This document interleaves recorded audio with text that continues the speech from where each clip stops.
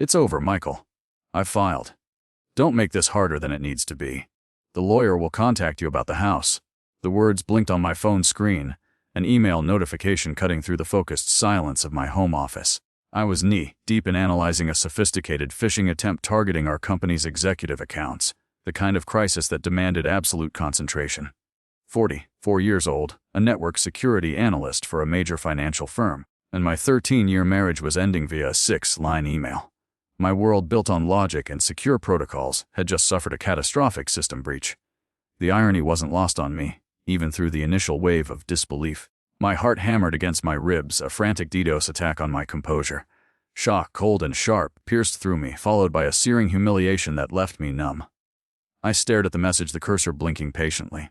Sarah, my wife, had just executed a flawless social engineering attack on my life. I finished typing my incident report on the phishing attempt, double-checked the mitigation steps, and forwarded it to my team. Then, and only then, did I reply to her email. Acknowledged, one word. No pleas, no accusations. Just the chilling click of a firewall rule being implemented in my soul. Kevin, my closest colleague, pinged me on secure chat later.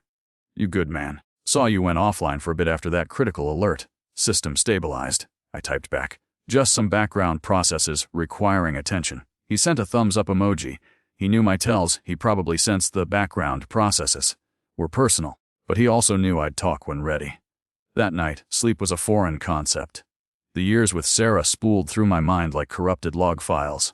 The foreshadowing, the anomalies I'd registered but hadn't escalated, now glared like critical alerts. 3 distinct warnings stood out. First, about 8 months ago, Sarah's sudden obsession with financial optimization. After meeting Rick, a new, overly smooth financial advisor a friend had introduced her to, she'd gushed about his innovative strategies, a stark contrast to my boring but safe approach to our finances.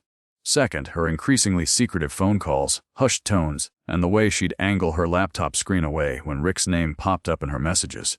Coupled with that, a sudden influx of expensive clothes and spa days, well beyond our agreed budget. Third, her uncharacteristic, almost clumsy inquiries about the security on my personal investment accounts, things like, hypothetically, how hard would it be for someone to guess your recovery questions? I'd deflected, of course. My entire career was built on paranoia. As a network security analyst, I practiced what I preached. I already had multi-factor authentication on every significant account, used a robust password manager generating unique complex strings for everything, and maintained encrypted offline backups of all critical personal documents, marriage certificate, property deeds, my individual financial statements. My initial motivation for these measures, years ago, was simply good digital hygiene, disaster recovery planning, not active suspicion of Sarah. But now that professional habit felt like a prescient act of self-preservation. A chilling thought surfaced: what if her inquiries weren't just idle curiosity? The realization stung, a delayed action malware finally executing its payload. I remembered meeting Sarah at a tech mixer. She was in marketing for a startup, bright, ambitious, with a laugh that could decrypt any defense. I was a junior analyst then, quieter, more intense. We married within 2 years. She used to champion my work, proud of the cyber defender role I played. You keep people safe, she'd say. We bought a modest house in a quiet suburb, my name primarily on the mortgage due to my stable income and better credit score at the time, though we added hers to the deed. We built a life, brick by brick, or so I thought. Now, those memories felt like carefully constructed phishing sites, designed to look legitimate while stealing everything. The core of our disconnect, I saw now, wasn't a sudden event but a slow drift in fundamental values. I valued stability, ethical frameworks, the steady accumulation of trust and security. Sarah, especially in the last 2 years, seemed increasingly drawn to flash, quick wins, and the allure of a lifestyle promoted by her new, more affluent friends and undoubtedly by Rick. The first major crack appeared during an argument over a high-yield, can't-miss, offshore investment Rick had proposed for our joint savings. I researched it. It screamed red flags, opaque structure, unrealistic returns, classic Ponzi indicators. I refused. She called me cynical, risk-averse, stuck in the digital dark ages. Then came her dismissive comments about my career. It's so technical, Michael. Rick closes deals worth millions with a phone call. The implication was clear: my meticulous, detailed, oriented work was somehow less valuable than his slick salesmanship. The final fissure was her persistent push to consolidate all our assets, including my personal inheritance and investment accounts, under Rick's management. It's just easier, honey, for comprehensive planning. I'd held firm on my separate accounts, citing professional caution. Never put all your critical assets in one basket, Sarah, especially one you don't fully control. She'd accused me of not trusting her. The irony was a bitter pill. Now, it was clear those weren't cracks, they were planned demolitions. The shock was morphing into a cold, analytical anger. This wasn't just a marriage ending, it smelled like a setup. My network security training kicked in. I began a methodical scan of my digital environment, strictly within my legal access. First, our shared cloud storage. Sarah was usually meticulous about deleting shared files she no longer needed. But after her email, I noticed a flurry of deletion activity in the logs right before she sent it, too clean, too deliberate. More telling, I reviewed my archived emails and found a forwarded calendar invite from Sarah months ago. Strategy session, SNR. It was a meeting with Rick. The subject, asset realignment plan. At the time, I'd assumed SNR meant Sarah, and well, I hadn't given it much thought. Now, it screamed, Sarah and Rick. My professional habit of archiving everything paid off. I then checked the activity on our joint household account, the one she primarily managed. Large withdrawals, just days before the email. Transferred to an LLC I'd never heard of. It wasn't just an affair, it felt like a calculated financial extraction. The next morning, I called Kevin. Not just a colleague, but a friend who'd seen me through tough professional battles. Kevin, I need a recommendation. A lawyer. Someone sharp, specialized in messy divorces with financial complexities. He didn't ask questions, just gave me a name, David Chen. Best damn shark for these waters, Kevin said. He knows digital trails too. David Chen's office was minimalist, efficient. He listened intently, his gaze sharp. I laid out the timeline, the email, Sarah's behavioral changes, Rick, the LC transfers. Your professional habits might be your best defense, Michael, David said after I detailed my security practices and digital archives. People in your line of work see patterns others miss. He suggested running a background check on Rick and the LC. Let's see what kind of digital footprint this advisor has. The findings came back quickly. The LLC was a shell corporation, recently formed with Rick listed as the sole director. More damningly, David's investigator found 2 previous LLCs linked to Rick, both dissolved after short periods, and both associated with contentious divorces where the other spouse, often in a vulnerable profession like a doctor or small business owner, alleged significant, unexplained asset depletion. This Rick, David said, his voice grim, looks less like a financial advisor and more like a predator who weaponizes relationships for profit. Sarah might be a willing participant, or a cleverly manipulated pawn. Either way, they're likely trying to secure assets before formal proceedings tie anything up. My professional instinct, honed by years of threat analysis, confirmed it. They would assume I was emotionally compromised. Slow to react, they'd underestimate me. My analytical mind shifted. The initial emotional storm was subsiding, replaced by a cold, clear focus. This was no longer just about heartbreak. It was about breach containment and asset recovery. It was a problem to be solved. Sarah and Rick likely believed they were ahead, that their actions were untraceable or would be lost in the fog of a messy divorce. My strategy had to be precise. I wouldn't confront. I would observe, gather data, and let them walk into their own trap.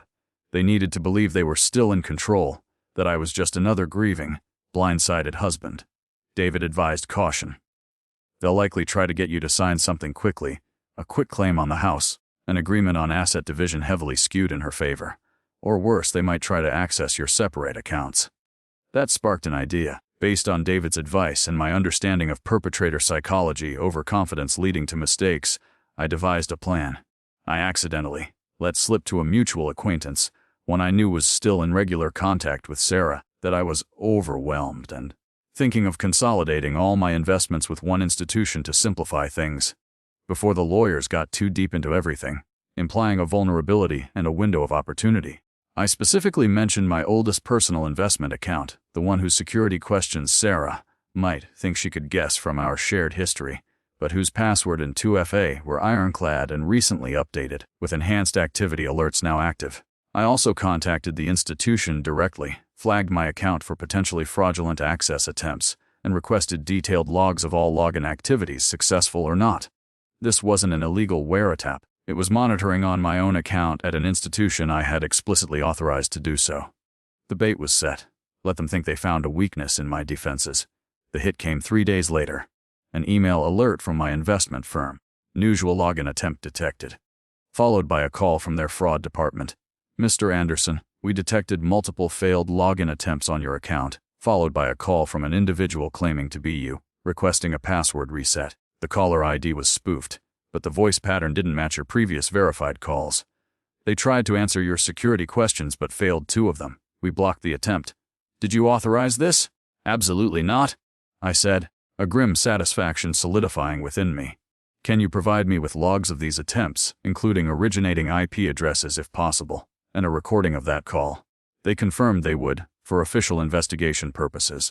David Chen was pleased. This is it, Michael. Attempted unauthorized access to a financial account. Conspiracy, possibly wire fraud depending on the methods used. They're no longer just messy divorcees. They're engaging in potentially criminal activity. He immediately prepared a package for the local police department's financial crimes unit, including the LLC information, Rick's history, the evidence of transfers from the joint account, and now, the crucial logs and report from my investment firm. The police were initially slow, seeing it as a domestic dispute.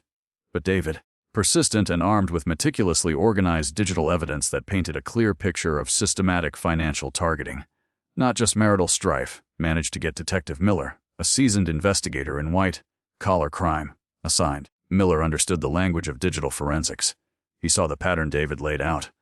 When Miller's team subpoenaed Rick's bank records and communications related to the LC and Sarah, things escalated. They found emails between Rick and Sarah explicitly discussing strategies to maximize Sarah's settlement by securing Michael's uncooperative assets. Before I lawyered up properly, Rick's messages were coaching her on how to feign emotional distress to manipulate me, how to pressure me into quick settlements, and, most damningly, discussing the best way to gain access to my investment account using information Sarah had provided about my old habits. They'd even researched weaknesses in the security protocols of my investment firm, though, ironically, my own security knowledge meant I'd already implemented countermeasures far beyond standard. Sarah's email showed a progression from a disgruntled spouse to an active participant in Rick's scheme, lured by promises of a significantly better financial future. The arrest warrants were issued quietly.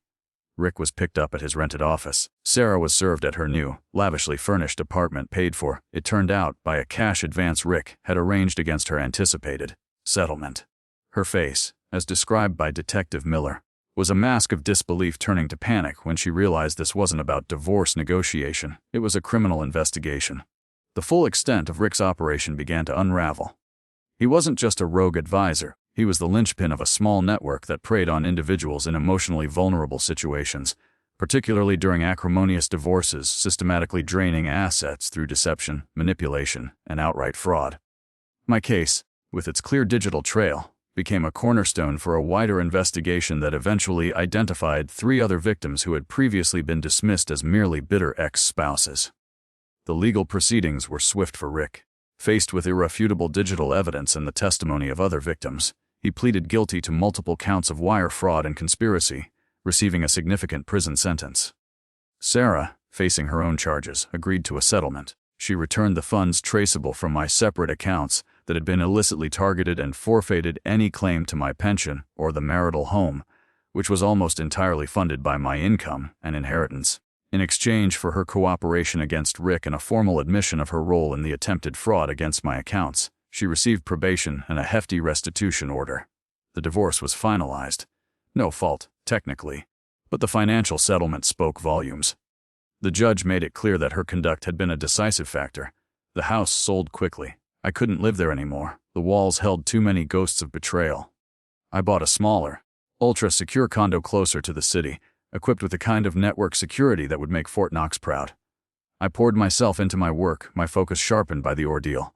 Kevin suggested I channel my experience. You've been through the fire, man.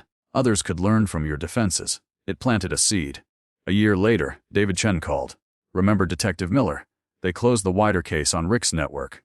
Your detailed evidence and clear articulation of the digital aspects were pivotal. They managed to secure restitution for 2 other families who had lost almost everything. He paused. One of them, a doctor from out of state, asked if she could send you a letter of thanks. They didn't think anyone would believe them.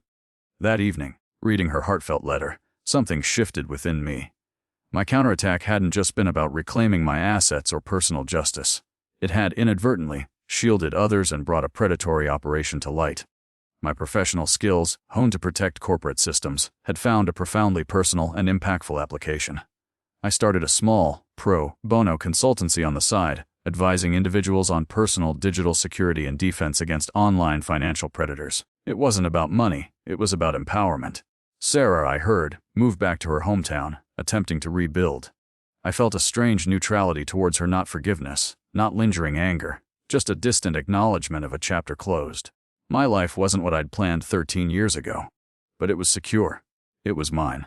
And in a way, it had a new, unexpected purpose, forged in the crucible of betrayal but tempered by resilience and the quiet satisfaction of knowing that sometimes, even in the chaos of personal ruin, you can help build something stronger in its place. The fight had been brutal, but I hadn't just finished it. I'd used its lessons to rewrite my own source code.